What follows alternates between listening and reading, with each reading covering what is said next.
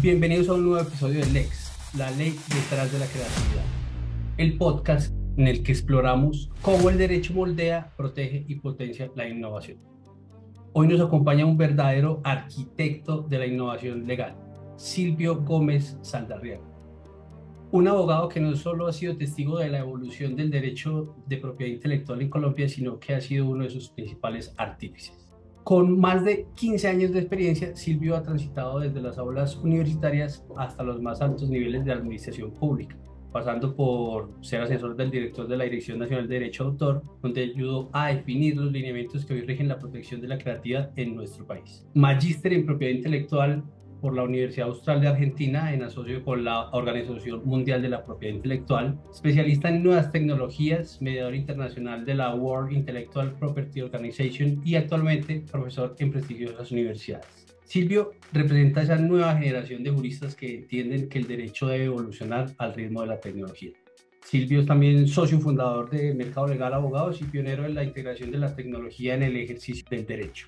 Hoy conversaremos sobre los desafíos que enfrenta la propiedad intelectual en la era digital, la transferencia de tecnología y por qué la resolución de conflictos por medios electrónicos no es solo el futuro, sino el presente. Silvio, es un honor tenerte en este espacio. Sabemos que tu trayectoria habla por sí sola, pero nos encantaría que nuestros oyentes te conozcan desde tu propia perspectiva. Bueno, Alex, buenos días para ti, buen día para todos los que nos vayan a escuchar o a ver en cualquier día que nos vayan a escuchar o a ver gracias a la tecnología. Primero, gracias por tan generosa presentación. En realidad solo es la consecuencia de un camino de la pasión y el ser muy intenso en algún tema particular, consecuencia de nuestra formación, como lo veníamos hablando tras bambalinas. Digamos que yo soy consecuencia de un sistema público de educación que combinó la educación y la música en la época colegial, y que cuando entré a la universidad, pues los caminos de la vida son extraños y aun cuando el derecho pareciera ser muy ajeno, en teoría, a la creatividad, pues terminamos en esos azares y afanes de la vida trabajando en estos ejercicios con los creativos, con los emprendedores, con los creadores, es decir, con aquellos que hacen posible que hoy podamos vivir la vida a pesar de la vida misma. Entonces, pues para mí es un honor estar contigo, con todos tus oyentes, con todos tus seguidores, y espero que hoy tengamos una charla que más que una clase pueda ser un ejercicio de y qué pasa en el día a día a propósito del derecho, los conflictos, la tecnología y la creatividad. Así que, pues aquí estamos, Alex. Gracias. Gracias, Silvio. Pues vamos a comenzar con algo que seguramente muchos de nuestros oyentes se preguntan. En tu experiencia manejando casos desde la Dirección Nacional de Derecho de Autor hasta tu práctica privada, ¿cuál es el mito más grande sobre derechos de autor que la gente común cree firmemente, pero que está completamente equivocado? Algo que escuches todo el tiempo y digas, no, no, esto no es así para nada. O sea, como que, ¿cuál es el mito más grande No, hay que tienes? muchos, ¿sabes? Hay muchos que uno pudiera empezar como a aterrizar. Hay uno típico que funciona para todos los creadores. Todo lo que está en Internet es gratis. Entonces yo lo puedo utilizar sin mayores limitaciones, sin mayores dificultades, porque si está en Internet es gratis. Ese es un mito fundacional en estas áreas. Otro mito es todo lo que crean las empresas es de las empresas. Me estoy refiriendo a universidades, me estoy refiriendo a empresas del sector del entretenimiento, productoras, disqueras, todo lo que crean es de ellas, porque ellas contratan a. Ese es otro ejercicio típico. Y quizás otro es, me van a mandar a la cárcel por utilizar algo que tal vez no era mío. Y digamos que en esas líneas uno puede encontrar cualquier cantidad de insumos sobre en realidad qué es lo que pasa y cómo finalmente la ley, la propiedad intelectual en particular, la resolución de controversias, entre otras, pues lo que nos hacen es dar herramientas para cumplir con nuestros objetivos, con nuestros proyectos. La semana pasada estábamos en un foro donde hablábamos de industrias creativas y resolución de controversias, y el problema no es el conflicto, ese no es la discusión. Todos tenemos conflictos, debemos tener conflictos. El problema es cómo gestionamos esos conflictos y que ese conflicto no termine llevándose el proyecto creativo al traste y simplemente dejando el proyecto en un anaquel, en un cajón o simplemente con las partes peleadas y con toda esa riqueza creativa que pudo impactar a una comunidad, pues que termine quedándose allí, simplemente en una idea y entonces en una frustración. Ahí yo creo, Alex, que tenemos tres escenarios, mitos que son o totalmente falsos o que tienen matices que conociendo esos matices, seguramente los diferentes creadores van a poder decir, oiga, yo podría manejarlo por este lado o tener tal precaución que me permita llegar a el éxito en mi proyecto creativo. Ok, bueno, ya que hablamos de música, bueno, sigamos como en esa línea.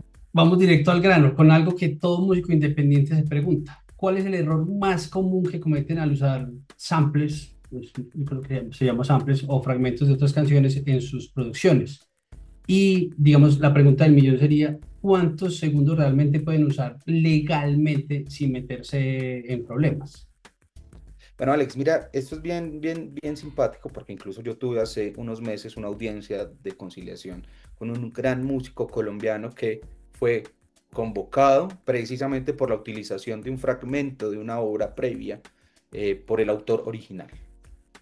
¿Y por qué digo que es muy particular? Porque esto antes de la era tecnológica o de la masificación de las redes sociales y de estas instancias que nos permiten estar hiperconectados, pues digamos que era más difícil de cotejar de quién está haciendo qué, cómo, ¿no?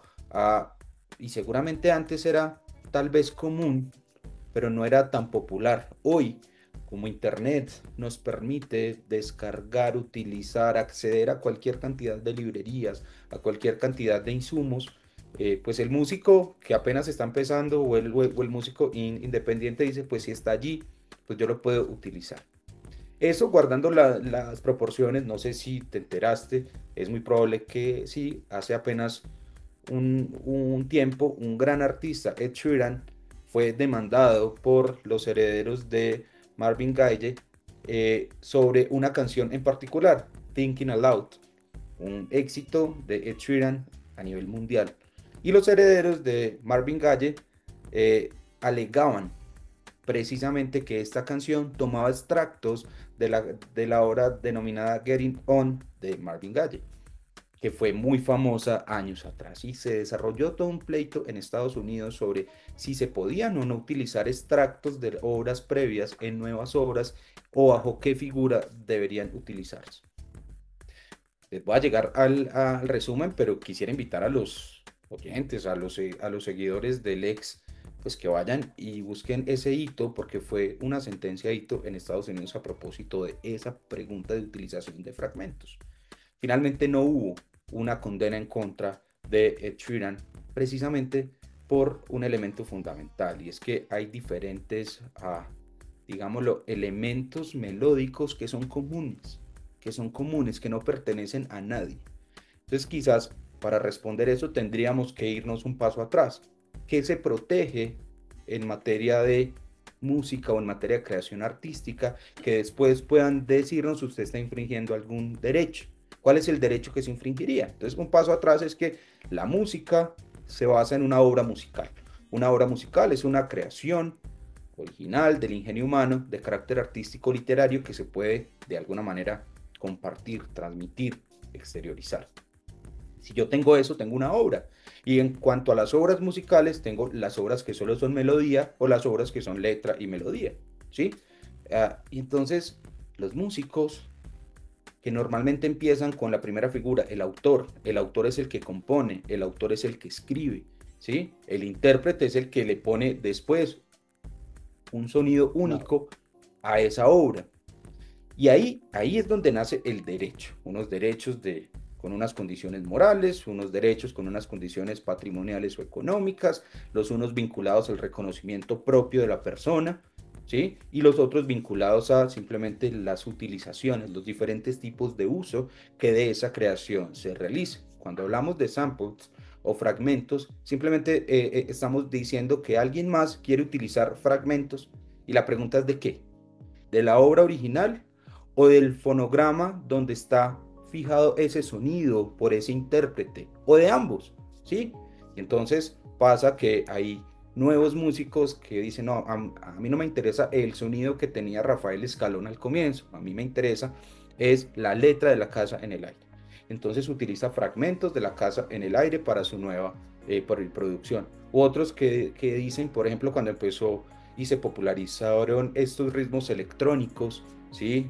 Tipo guaracha, tipo techno, house y todas aquellas variaciones que hacían, se basaban en sonidos previos, fonogramas, sonidos, artistas que ya habían grabado su música y las habían fijado en un soporte digital ya en esta era, y entonces tomaban de esos extractos para traerlo a su nueva interpretación. Entonces, en esta lógica, en este paso a paso, ya sabemos dónde está el derecho. Lo siguiente que tenemos que preguntarnos es qué voy a utilizar, de la obra o del sonido final que ese artista tiene. Y después tendríamos que preguntarnos, ¿y para qué lo voy a utilizar? Lo voy a utilizar para una, no sé, para una interpretación pública, porque me invitaron a un festival o me postulé a un festival y entonces voy a ponerlo allí, o lo voy a lanzar y lo voy a fijar como una canción mía, como una obra musical mía, y lo voy a colgar en las redes. ¿Y por qué es importante este tipo de preguntas? Porque allí es donde debemos aterrizar si hay o no y algún tipo de infracción, ¿a qué derecho? Porque no es a todo. El derecho de autor en particular tiene unos principios restrictivos. Cada uso, en teoría, debe ser autorizado. Entonces, si lo llevo a la respuesta final, para no quedarnos solo en esta pregunta, sino a la respuesta final, ¿pueden los músicos independientes usar? Pues yo puedo usarlo, pero debería pedir autorización. Aquí no existe, por lo menos no en Colombia, no existe el derecho de cita para las obras musicales. En Argentina, por ejemplo, yo puedo utilizar hasta 10 compases. No es así aquí en Colombia. En Colombia no hay nadie que te diga, tú tienes un derecho de cita que se materializa. El derecho de cita, simplemente como contexto, es lo que pasa cuando yo escribo un libro o cuando estoy escribiendo un ensayo y digo, mira, Alex López dijo en su libro tal, y tomo un extracto de la obra textual y después continúo con mi obra. Esa citación que yo hago de Alex está bien, es permitida por la ley, pero en cuanto a la música, es una zona que todavía no existe ningún tipo de discusión sobre si el derecho de cita, cómo se podría exteriorizar. Luego, como las limitaciones al derecho del autor o del intérprete son taxativas en Colombia, no es una interpretación abierta como pasa en otras legislaciones como las norteamericanas a propósito de los usos justos o el fair use. No, aquí tenemos unas limitaciones escritas con unas condiciones claras y dice que el derecho de cita es, pero no tenemos la interpretación de cómo ese derecho de cita aplica a las obras musicales, por decir algo. Lo mismo aplicará para las obras audiovisuales o para otro tipo de creaciones. Entonces, ¿qué deberían hacer los músicos independientes? Pues pedir la autorización. Si es que yo voy a tomar exactamente un extracto que no les pase como pasó en mi audiencia, donde yo fui conciliador, no puedo decir las partes, pero sí les puedo decir que el artista supremamente famoso en audiencia voltea y mira a quien lo convoca, que era otro artista, ya no tan famoso en esa instancia, y le dice, es que yo simplemente quería hacerle a usted una suerte de reconocimiento porque yo crecí escuchando su música y me pareció súper bacano, esas fueron las palabras, me pareció súper bacano hacerle a usted un homenaje. Y el autor original le dijo, pues gracias, pero resulta que ese homenaje a usted le representa dinero, plata, reconocimiento, y a mí no, y usted no me mencionó, y no me mencionó ni como autor, ni como, ni me pidió autorización para los usos posteriores. Por eso, ante la pregunta de si se podría utilizar, la respuesta es utilícenlo, pero pidan autorización. Si quieren hacer un homenaje, llámenlo. Entre artistas, entre autores, entre personas del arte, es muy común que eso pase y se mandan correitos. Oiga, ¿usted por qué no me autoriza? Pero entonces no es suficiente, digamos, con dar el crédito. Digamos, yo, digamos, No, utilice algo, porque esto es otra cosa, esto es música, esto es video, entonces, digamos, un cotidiano, o sea, un creador de contenido usa una canción popular. Y entonces, digamos, ahí también hay algo que pasa digamos, con YouTube cuando detecta el copyright. Pues digamos que a mí me pasa, hay veces que utilizo una canción que de pronto no se puede, YouTube me la hace cambiar. Ahorita me está pasando eso. O sea, en este Claro, momento me está pasando eso. y eso tiene un sentido, y es quienes ostentan o tienen los derechos de esas canciones, de esos fonogramas, de esos sonidos, han llegado a acuerdos con las diferentes plataformas. No sé si tú te acuerdas, hace un tiempo empezó una gran discusión sobre las regalías que TikTok le pagaba a Universal Music Global. Entonces Universal Music dijo en su momento, no, yo voy a bajar todo mi catálogo musical. Catálogo, cuando hablamos de catálogo, me refiero a las diferentes canciones Canciones. que una empresa o un autor o un intérprete puede tener. ¿Listo? Ese es mi catálogo. Yo tengo 10 porque he compuesto 10 o he interpretado 10 y sobre eso hay unos derechos. ¿Quién los administra? Tienen las condiciones para negociar, así como cuando yo tengo las condiciones para negociar quién puede acceder a mi carro o a mi casa Claro. o a mi finca, si es que yo tuviera, ¿cierto? Yo pongo las condiciones, entonces TikTok pone una regla de liquidación por tantas reproducciones, por tantos usos, yo te voy a pagar tanto, X plata. Y quien ostenta esos derechos dice, pero amigo, en realidad eso no me funciona porque yo le tengo que pagar a mis intérpretes, le tengo que pagar, no, no, no. Claro. Empecemos a negociar y se rompe esa negociación. ¿Y qué dice Universal? Bueno, hasta luego, yo bajo todo de su plataforma y usted no puede seguir utilizando. Cuando eso pasa, el usuario, tú o yo, vamos a buscar una canción para cualquier actividad digital que vayamos a hacer en esa plataforma y va a decir inmediatamente, oiga, no, usted no puede utilizar, utilícela. ¿Por qué? Porque no tenemos quiénes. TikTok no tiene la autorización para que uno como usuario pueda hacer uso de ese tipo de. Entonces aquí viene algo que empieza como a sonar enredado en la industria de la música o de los audiovisuales, pero que en realidad es una lógica muy sencilla. Me explico. ¿Quién debe pedir autorización? Pues quien vaya a utilizar Que la lo va a obra. Ese es el utilizar. principio. Ese es el principio. Pero yo voy a TikTok, voy a Instagram, voy a Facebook, que ya cargan una serie de, o incluso antes de que las cargaran, yo las tenía y simplemente las ponía como música off atrás. Acá en nuestro diálogo, yo tengo aquí otro dispositivo y va reproduciendo. Y como esto va para la plataforma, ahí empieza a escucharse. Cuando eso pasa, por ejemplo, en una plataforma como YouTube, YouTube tiene unos algoritmos que permite identificar, oiga, ahí atrás hay una canción de, y si aparece el titular, pues va a levantar la mano. Y cuando uno entra a la plataforma de YouTube, por ejemplo, aparece en la parte final unos ítems, unos links que me Copyright. permiten, es correcto, que me dicen qué pasó con los derechos de autor.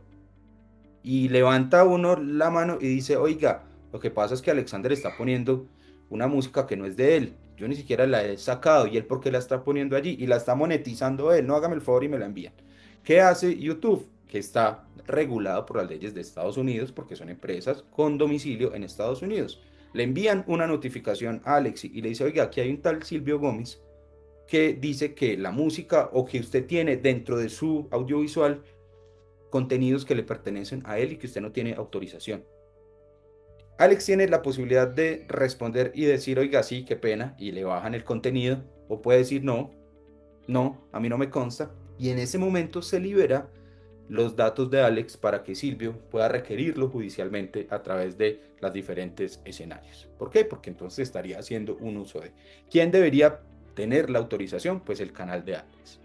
Varía con YouTube o con Instagram porque ya ellos tienen cargados inmediatamente que esos, digamos, todos esos portafolios de obras musicales y uno tiene la posibilidad de escogerlos.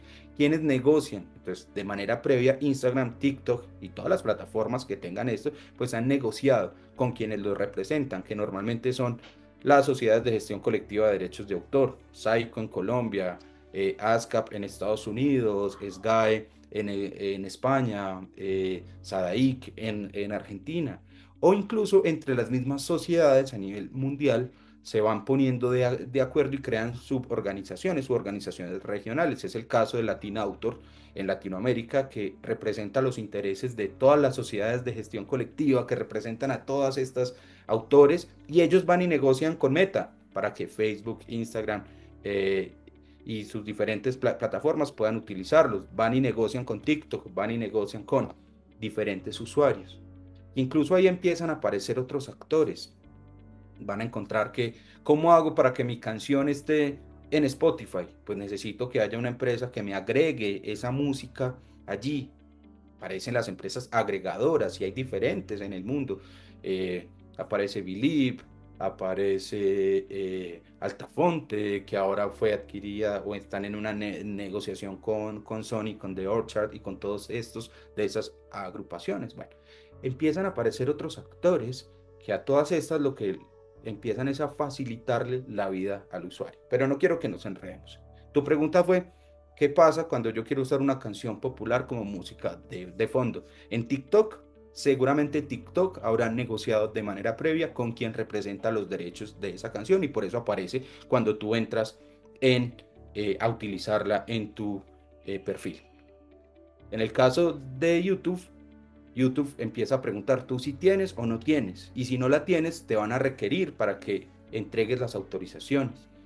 Es más, muchas veces, y pasa porque lo que le interesa finalmente a los músicos, a los autores, a las empresas del sector es que la música suene, ¿sí? Entonces Sí, llegan a acuerdos donde dicen, mira, la monetización que tú tienes por ese canal se debe a que tú interpretaste una obra mía. Entonces se llegan a acuerdos para que esa monetización pueda de alguna manera repartirse sin muchas veces necesidad de llegar a algunas acciones judiciales. Por eso nos fuimos atrás. Cada uso debería ser autorizado por quien ostenta esos derechos. sí, pero digamos o sea, digamos yo creo igual que hay como una línea muy delgada y que confunde a muchos, porque ¿qué diferencia hay entre inspirarse en una obra existente y hacer una obra derivada? O sea, ¿dónde está exactamente la línea legal que no se debe cruzar? Por Te si voy a es decir porque cuál es. pueden alegarse, no, es que yo no, yo me estoy inspirando en su obra, pero estoy haciendo una obra derivada, o sea, pues ya hablando en términos pues más técnicos, digamos. Es importante simplemente para que todos tengamos el mismo lenguaje. Cuando Alex dice obra derivada, es una obra que nace de una obra preexistente. Y ya definimos que era una obra hace un momento. Una obra originaria nace de un autor que toma una idea, la transforma y finalmente la exterioriza. Y alguien más escucha esta canción y dice, oiga, a mí me parece súper chévere, ¿qué tal si la llevamos a un siguiente nivel y creo algo nuevo? Eso de entrada requiere una autorización. Llevar de la obra original, piensen en algo tan sencillo. Una obra colombiana típica? Colombia Tierra Querida. Colombia Tierra Sí, Querida un, suena en todas partes. suena Sí, en todas partes. sí, Pero además tiene diferentes arreglos, diferentes manifestaciones, diferentes modificaciones. ¿Qué hacen estos nuevos artistas? Pues le piden autorización a quien tiene esos derechos, por lo menos deberían pedirlas, ¿no? Una cosa es el deber ser, otra cosa es el ser. Yo supongo que la mayoría sí lo hace para no entrar en discusiones posteriores de si claro, hay. pues Pero debería. Alex hace una pregunta particular entre tanto y tanto. ¿Cuál es lo clave entre la inspiración y la generación de algo nuevo? La clave, Alex, está en la palabra originalidad. Siempre que yo Mm, sea original, voy a poder generar un producto que puede ser denominado obra.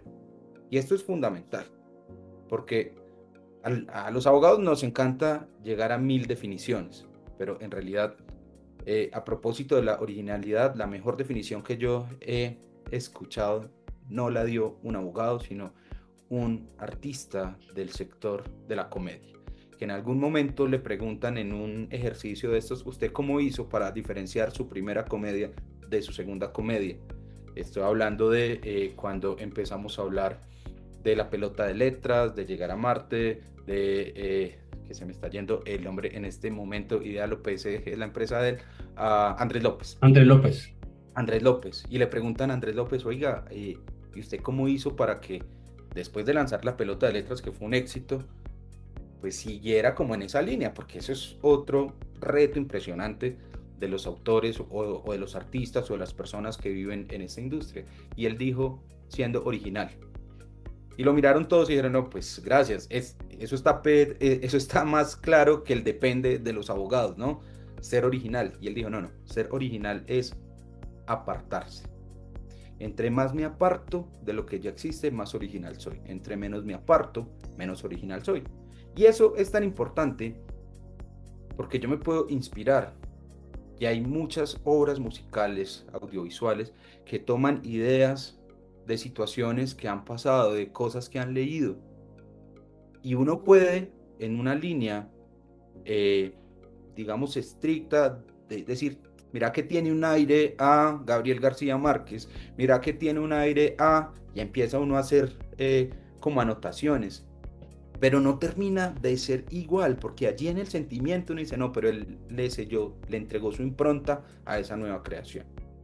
Cuando yo no encuentro esa diferencia, sino que digo, mira, sí, es exactamente la misma Casa en el Aire, es exactamente la misma obra, Colombia Tierra Querida, o La Pollera Colorada, o cualquiera sea, simplemente que le cambió el ritmo, simplemente le cambió algunas estrofas, como pasa, por ejemplo, en los nuevos remixes que están lanzando, en los nuevos reencauches que parten de obras ya existentes y le cambian 2 o 3 párrafos, pero la melodía es exactamente la misma. Entonces uno dice, parece que no es original.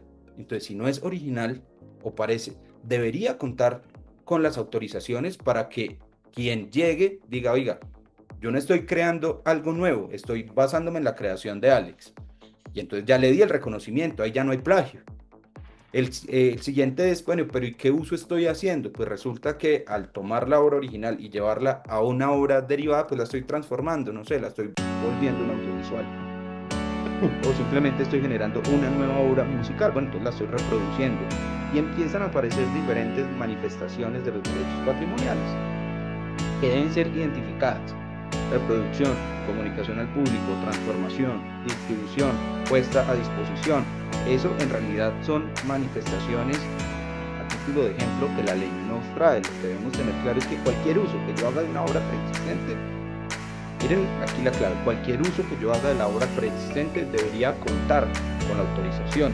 Pero Alex dijo, y si yo no la estoy usando, sino que me estoy desinspirando, pues entonces hay que ser supremamente cuidadosos en que esa inspiración sea tan clara que permita alejarse de lo que ya existe, para que no entre entonces el mundo de los abogados y le diga, Alex, pues usted nos inspiró, usted lo que hizo fue copiar y fusilar lo que ya existía. Entonces ahí hay reproducción, hay comunicación, hay transformación, y ni me meto en otros temas como propios de los derechos humanos. Entonces ahí está, esa línea entre la inspiración y la obra derivada. No, a mí, digamos, pues yo llevo, no sé, 30 años trabajando en audiovisual, tengo muchos amigos músicos y digamos que me surgen muchas preguntas porque digamos que hoy hay veces hay situaciones muy comunes. Por ejemplo, un músico contrata a un productor para crear un beat, ¿cierto? ¿Quién es realmente el dueño de esos beats al final? ¿Qué debe especificarse claramente en un contrato para evitar dolores de cabeza futuros? Alex, eso es fundamental. La generación de los problemas es una consecuencia de una pérdida en las expectativas. Los conflictos vienen como consecuencia de un desnivel en el cumplimiento de las expectativas.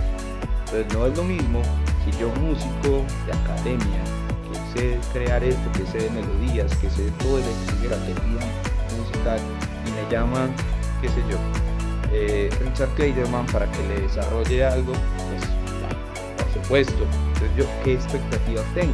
Ahora, si soy un músico urbano y lo que viene es que me está llamando Maluma o J Balvin para que les arroje, o alguno de los productores hoy más famosos, Obi on the Drums, por ejemplo, que ellos toman esa idea del artista, del autor, y lo vuelven un sonido particular. Es muy importante que todos los contratos queden claros cuáles son las expectativas reales. Eso es lo primero. No, es que, y este es el caldo de cultivo de los problemas en el sector del entretenimiento en general, audiovisuales, editores, literarios, música y otros, porque no terminamos de poner las cuentas claras, como decían nuestros abuelos y especulantes. ¿Qué es lo que yo quiero? ¿Qué es por lo cual usted me va a pagar? ¿Qué es lo que usted necesita que yo le entregue? ¿Qué es mío? ¿Qué es suyo? También, ¿no? Claro, porque entonces yo doy por sentado, no, pues yo cobraría por esto 10 pesos y me pagaron 2, pues si me pagaron 2 quiere decir que yo me quedo con algo para que me siga entrando. Y de pronto el otro dijo, no, pues yo lo que hice fue una muy buena negociación y Alex creyó como productor en mi producto, entonces yo ya le pagué 2 y adiós. Y mentiras que cuando vamos a aterrizar esto, el uno pensó que había pagado, que había contratado para que ese beat, para que ese sonido, para que esa nueva generación de conocimiento o de creatividad sea de el músico, y el otro pensó que no, que le había pagado simplemente lo básico y que iba a formar parte del proyecto a futuro. Mira, esto es tan, y digamos que no se relaciona directamente, pero en alguna ocasión tuve una audiencia donde dos músicos de una banda muy famosa en Colombia empezaron a pelear. Una banda que como toda empezó, ¿en dónde? En la universidad como amigos. Oiga, usted sabe tocar esto, usted sabe tocar esto, ¿qué tal? Y Yo vamos, canto. y nos juntamos y empezamos y alguien nos dio la primera grabación y alguien nos puso y finalmente nos fue yendo bien, la sacan del estadio con algún sencillo que tenía interpretaciones, que tenía aportes de cada uno, finalmente pelean. Dicen, mira, ¿sabes qué? Yo creo que los caminos van por diferentes, muy bien. Entonces los dos, digamos, principales de la banda dicen, bueno, pues no queremos que te vayas, pero si te quieres ir tranquilo, toma tu dinero, chao. El otro dice, bueno, perfecto. Y pasa el tiempo y él dice, oiga, pero es que ese sencillo que es el que nos lanzó al estrellato tiene elementos míos, sonidos míos, únicos. En este caso era algún solo particular que tenía un número de compases al inicio de la obra musical y después al otro tanto. Y los convoca y les dice, ustedes a mí no me han pagado como coautor de eso. ¿Cómo así? Regalías o... Ustedes no me han reconocido lo que tú dices acá, solo con el reconocimiento. No, ustedes me reconocieron como instrumentista, pero no como coautor. Pero además, como yo soy coautor, no me reconocieron como las regalías que me ha generado, que debería generar eso. Y así empezó a generar una serie de reclamaciones, que los otros lo miraron. Es que todavía me acuerdo, esta fue una reclamación, que te puedo decir, estamos en el 2025, pudo ser entre el año 16 por allí. Y lo miraban con asombro y le decía, pero ¿de qué hablas? Si la obra ya existía, si la canción ya existía. Y él decía, no, no, pero es que lo que yo le di, lo que yo le puse fue tan único que por eso es que esa canción se volvió famosa. Y los decía, no, pero no. Mira, mira como algo que para simplemente aterrizar las expectativas, qué era lo que él pensaba que tenía, qué era lo que los otros pensaban que en realidad se estaba desarrollando entre ambos. En realidad, uno solo necesitaba un instrumentista, pero el otro creyó que formaba parte del proyecto. ¿Dónde está la clave en ese ejercicio? En definir muy bien las expectativas. Si Y ese los sonido roles. particular, claro, pero además habría que determinar si ese sonido particular era tan importante que lo hubiera vuelto coautor de esa obra musical, por ejemplo, o no. No sé, un solo de un instrumento es suficiente para darle el rol de coautor y en este caso, los convocados decían no porque ya la obra existía. Incluso la obra puede sonar perfectamente sin esos compases de su solo.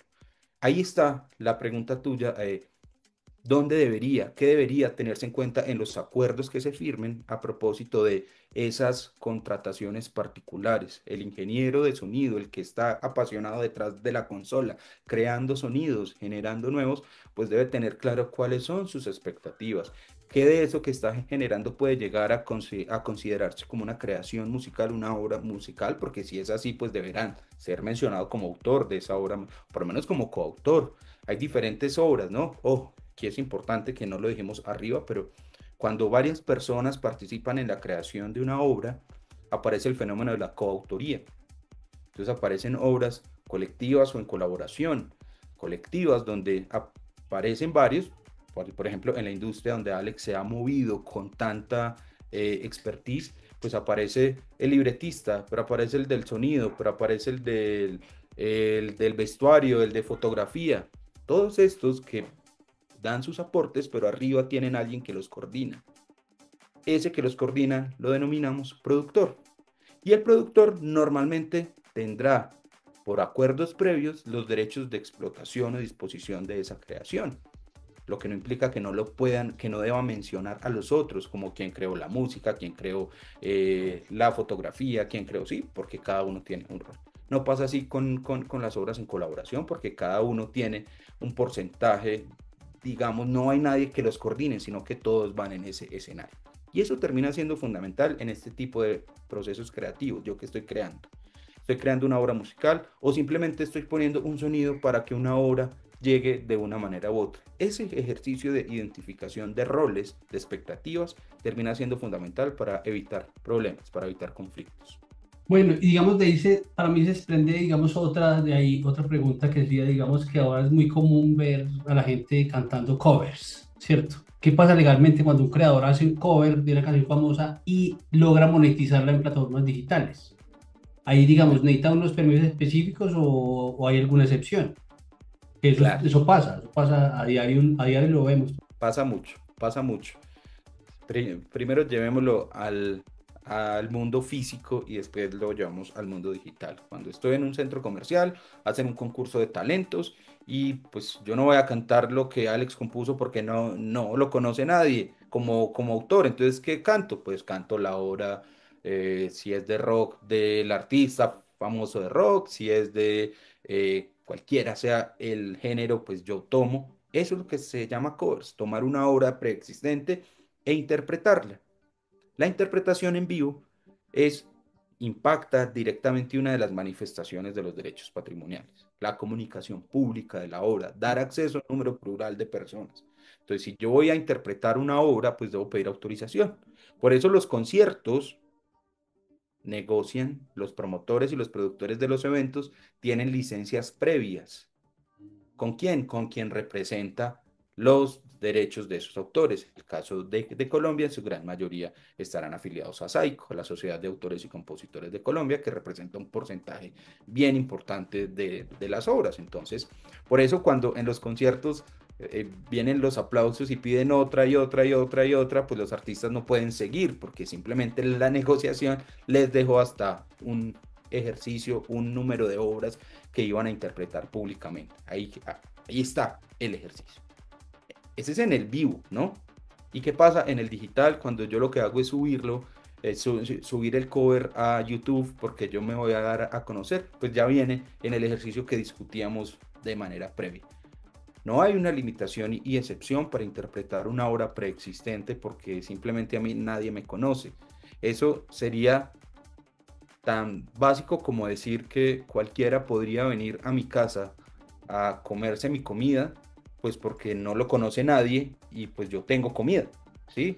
O sea, es una vaina absurda, pero es de este nivel, porque cuando hablamos de propiedad intelectual y derechos de autor en particular, parece que hay un imaginario y es, pues el que tiene plata no sufre, por eso descarguemos películas ilegales, por eso descarguemos juegos ilegales, por eso descarguemos, porque pues ellos no van a sufrir si una persona descarga una canción, una película, un videojuego. Una. Pero resulta que en esa misma plataforma descargan no uno, sino 100.000, sino millones. Y eso sí que termina afectando el normal recorrido de la obra en el mercado. Entonces, no hay una limitación para cuando una persona quiera hacer un cover, lo podría hacer. Si es que es para su uso propio, aquí en mi apartamento, en mi oficina, con mis amigos, pues perfecto, no pasa nada.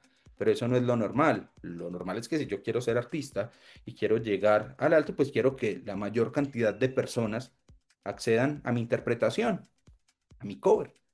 Y eso, para que el cover exista, requiere un autor que creó una obra. Y eso son autorizaciones que se terminan dando en los procesos propios de quien ostenta los derechos.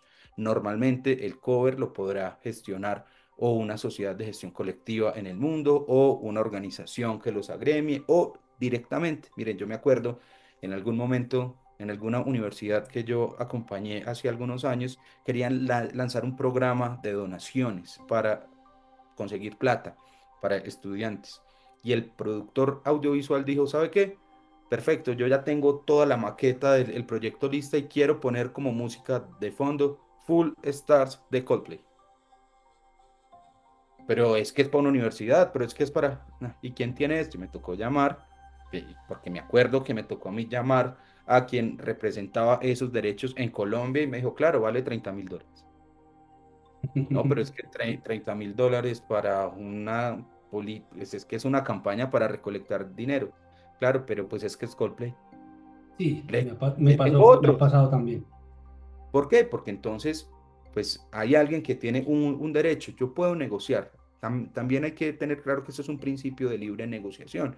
No es lo mismo si yo estoy planeando un proyecto de aquí a 6 meses o a varios meses y tengo tiempo para hablar con quienes lo representan y les digo, miremos formas, busquemos escenarios, apoyémonos juntos, a otro cuando yo tengo que lanzar esto mañana y tengo que llamarlo ya. Eso es una suerte de oferta y demanda. Si necesitan mi carro para mañana, pues yo tengo el toro por los cuernos. Pero si en realidad no es mi carro, sino que puede ser cualquier carro, pero yo necesito ingresos por la utilización del carro, pues entonces puedo negociar. Entonces, simplemente a propósito de los covers, ya nos fuimos muy allá, pero quiero traerlo otra vez a propósito de los covers, yo lo puedo cantar, pero seguramente cuando lo cargue en las diferentes plataformas van a llegar requerimientos por las monetizaciones que hagan esos covers en esas plataformas, porque estoy utilizando obras de terceras personas.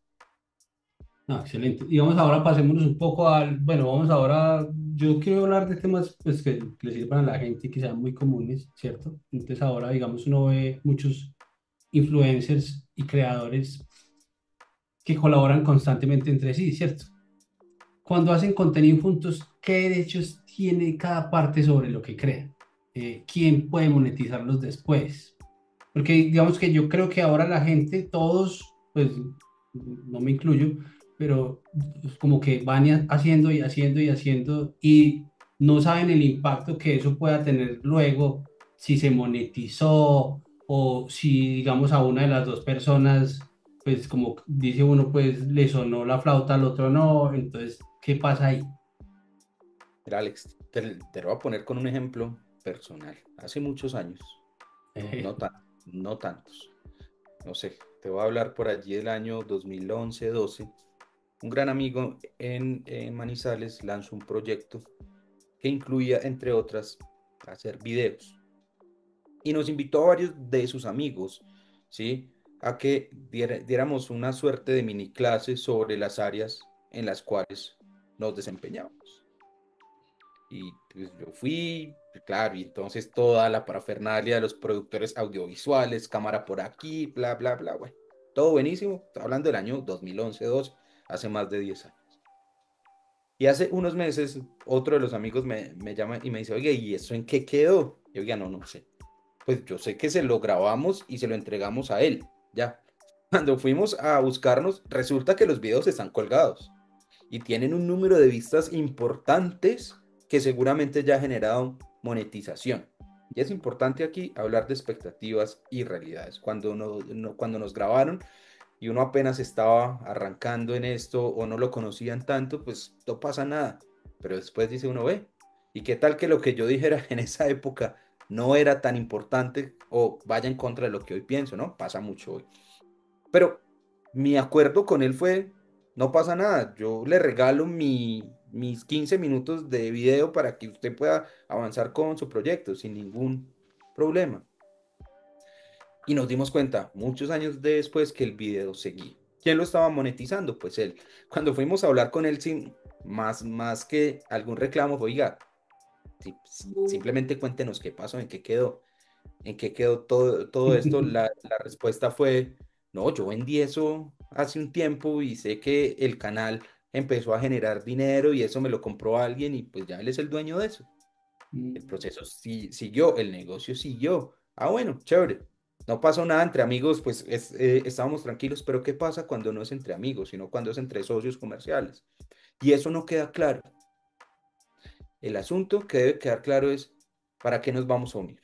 Siempre que yo me junte con alguien, deberíamos tener claro para qué me voy a juntar, qué vamos a lograr con eso y quién debería poder tener el derecho. Entonces pasa eh, cuando hacen programas, pues que las personas van y firman un documento donde dicen o a mí me van a pagar o yo le voy a donar o yo no tengo ningún tipo de expectativa sobre esto porque yo lo que quiero es que me den a conocer, por ejemplo, Entonces, ¿quién queda con los derechos de lo que eso pueda hacer?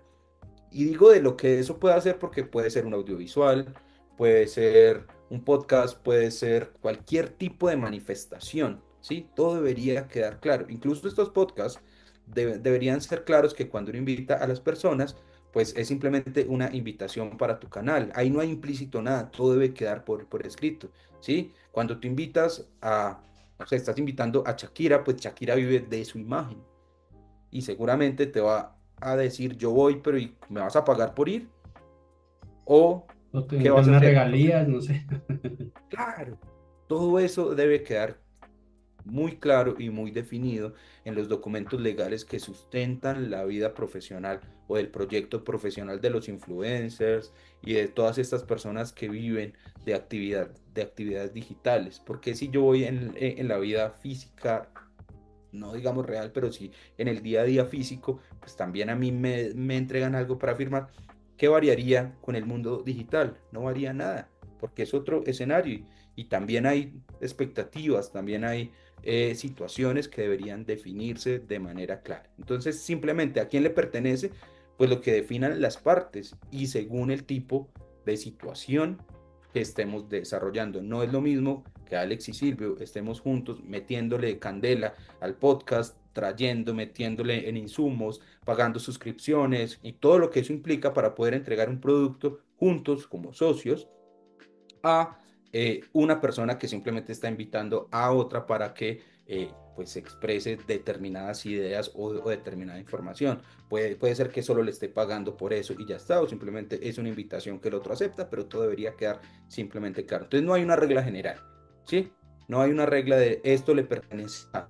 Todo debería acordarse según la realidad del espacio al cual estés invitando, convocando a esta otra persona.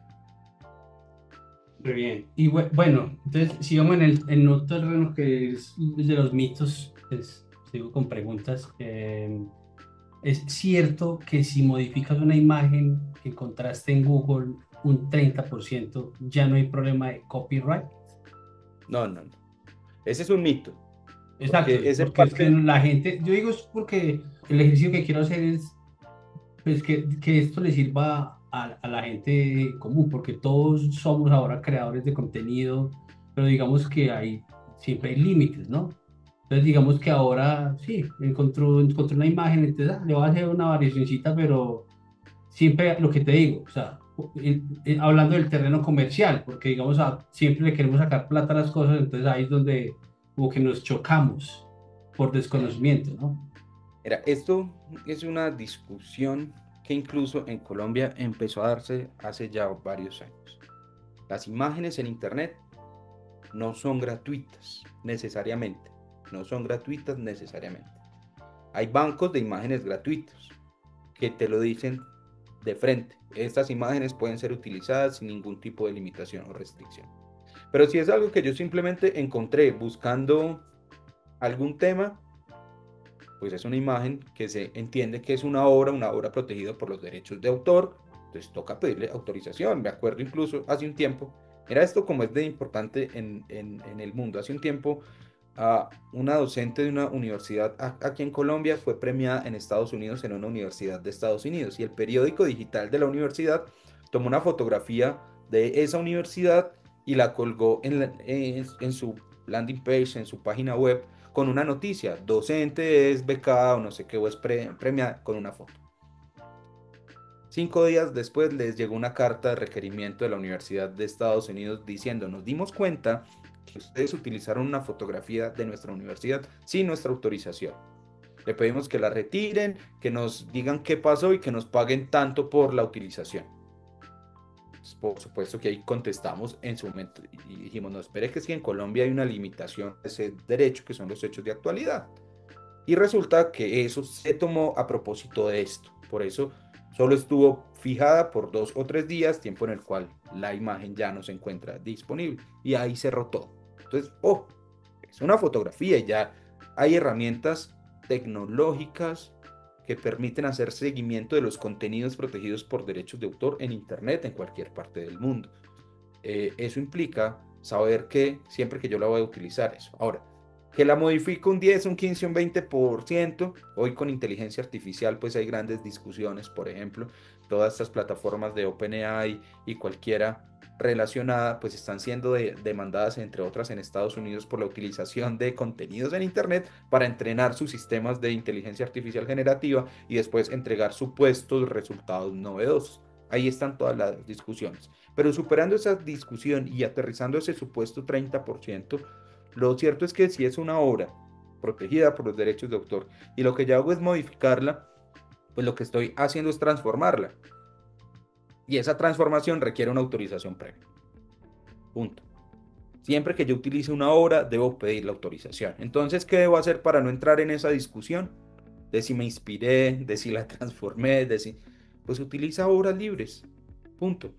Hay páginas en internet que tienen obras fotográficas, imágenes que son libres de derechos, así como hay otras en las que uno puede pagar determinados valores bajos muchas veces y le permiten acceder a bancos de imágenes ilimitados. No, entonces ese del 30%, el 40%, el 50% o el 10%, en realidad es más un mito que una realidad. Bueno, pero entonces digamos que ahí ya yéndonos a lo legal, en un escenario pues así de pesadilla, digamos un creador recibe una demanda por copyright o una carta de desistimiento. ¿Cuáles son los primeros pasos que debe tomar inmediatamente? ¿Cuándo vale la pena pelear legalmente y cuándo es mejor negociar? Uy, ¿qué fue primero, el huevo o la gallina? Eh, Yo creo que uno tiene que sentarse en la realidad de sus expectativas o en la posibilidad de cumplir sus expectativas. Si me llega una carta de requerimiento por una supuesta infracción, por ejemplo, a una fotografía o a una imagen que supuestamente está en internet, pero en realidad yo fui el que la creé, yo diría, pues adelante porque yo la creé. O si la utilicé en algunas herramientas, no sé, sin ánimo de lucro, entonces uno dice, oiga, sí la utilicé, pero yo no me beneficié. Entonces empieza uno a, ¿qué? A negociar. Lo que no debería pasar es uno hacer el del, o el, con- desarrollar una suerte de actuación como la del avestruz, que esconde la cabeza. El que yo esconda la cabeza no quiere decir que no me vayan a ir a buscar. Yo he tenido casos donde he participado como tercero ahí que ayuda a negociar, donde llegan con pretensiones. Usted utilizó tal imagen o tal ejercicio. Le pasó, me acuerdo, ya me acabo de acordar, una empresa de unos diseñadores jóvenes que vendían eh, e-marketing y todas estas herramientas de posicionamiento y desarrollo digital y utilizaron una fotografía particular que es muy reclamada aquí en Bogotá y la utilizaron con la cuenta principal que ellos tenían, una multinacional que les generaba todo el flujo de caja. Cuando llega la reclamación, pues por supuesto que no le llega a los diseñadores, le llega al usuario final en sus redes y él llama a su agencia y les dice, oiga, mire lo que pasó y la agencia dice, no, yo no puedo perder mi cliente, venga, yo me siento a negociar. Finalmente llegamos a un acuerdo. Pero si para mí no es importante, en realidad, pues es un análisis simplemente de ser muy prácticos en el contenido. ¿Qué va a pasar? ¿Cuánto me están pidiendo? No, yo no tengo esa plata. ¿Qué pasa si pierdo una demanda? Más bien, retiro todo el contenido de internet y eso sí, debemos tener muy claro qué se usó, cómo se usó, cuál fue el impacto, ¿no? Porque ahí es donde están los factores objetivos a la hora, por ejemplo, de tasar un perjuicio. No, es que en realidad sí fue en una página web, pero estuvo al aire un día, ninguna persona entró y hoy hay herramientas para validar cuál fue el tráfico que tuvo esa página web, cuántos leaks tuvo una imagen, un link en diferente escenario y ahí esos elementos que son datos sí los debe tener a quien reclaman para que evalúe cuál es el riesgo de una posible sentencia condenatoria en un eventual proceso judicial. Pero a todas estas lo que no puede hacer es salir corriendo, quedarse callado. Si ya creo que la embarré, levanto la cabeza, analizo la situación y con eso defino cuál es la ruta a seguir. Y normalmente me asesoro, busco gente que me pueda dar consejo legal sobre este tema. Excelente. Bueno, Silvio, y bueno, para ir cerrando un poco, yo creo que hay una pregunta clave para cualquier creador y es cómo debe proteger legalmente su marca personal, su nombre artístico y sus creaciones. ¿Qué registros son realmente necesarios y cuáles son solo gastos innecesarios? Alex, esa pregunta es fundamental para los emprendedores de esta nueva era, ¿no? Para los emprendedores digitales, para aquellos que son influencers, pero también para los que venden productos a través de redes. ¿Qué deben proteger? Yo voltearía la torta y les preguntaría por qué les van a comprar a ustedes, por qué los están viendo, por qué los reconocen, qué es eso que los hace diferente. Y a esa respuesta, que seguramente será el formato de mis videos, los temas, el nombre mío, el producto, bueno, ese tipo de respuestas es las que nos dará los elementos para definir una estrategia de protección en materia de propiedad intelectual. Esa estrategia termina siendo fundamental porque es parte esencial de tu negocio. Imagínense ustedes que hoy salga una marca registrada Shakira y no es de Shakira Mebarak. ¿Ustedes se imaginan cuánto vale hoy para Shakira cambiar su nombre? Su nombre artístico. Pues todo. Imposible. Todo. Claro. Entonces todos estos emprendedores de estos sectores deberían empezar por proteger aquello que los hace diferente. Y seguramente lo primero será la marca. Porque ellos venden ¿qué? Un producto o un servicio. Servicios de entretenimiento, servicios de información. O de pronto venden hasta productos en sus canales, yo qué sé. Después vienen otros elementos, contratos. Hay que ser supremamente juiciosos con los contratos con aquellas personas que generen. Entonces, ¿y qué otro registro podría llegar a necesitarse, por lo menos en esta fase inicial? Pues esto que estamos haciendo de manera visual es considerado eventualmente una obra audiovisual. Entonces yo voy y registro ante la Dirección Nacional de Derecho de Autor la obra audiovisual a ustedes como productores, para efectivamente tener una prueba de la existencia de este derecho. En materia de derechos de autor el registro no es obligatorio. A ti la ley no te pide que vayas a la dirección necesariamente a registrarlo. No, estás protegido desde que tenemos el audiovisual. Pero esto es como cuando uno tiene que demostrar que es el que hizo algo. ¿Cómo lo demuestra? Pues con pruebas. ¿Y cuál es la principal prueba en materia de derechos de autor? Pues el registro de la Dirección Nacional de Derechos de Autor. Ese registro les va a dar a ustedes las herramientas cuando van a reclamar, como ha pasado tanto con los influenciadores que se empiezan a quejar que sus videos están siendo copiados por otros, que están siendo utilizados de manera indebida, que les quitan las marcas de agua y entonces los publican y ellos empiezan ahí a monetizar. Me acuerdo de algunos influencers financieros que desarrollan videos propios explicando diferentes escenarios financieros y otros perfiles empezaron a tomarlos con extractos, los destruían o extraían apartes y los empezaban a poner como si fueran de ellos mismos. Y otros decían, bueno, pues hagan la tarea, o sea, ¿cuál es la necesidad? Hagan ustedes la tarea, pero se estaban apropiando de algo que es de ellos. ¿Cómo se van a defender? No, pues van a requerirlos, van a demandarlos y al juez finalmente lo que uno le genera es certeza de una situación. ¿Qué situación? Pues que yo tengo un derecho y que alguien se está beneficiando sin pedirme autorización de ese derecho y me está afectando. Entonces yo le demuestro eso. ¿Cómo? Entre otras, con los registros. Entonces debería yo tener por lo menos esos registros mínimos, el de la obra audiovisual, el de la música, el de la marca, ¿sí?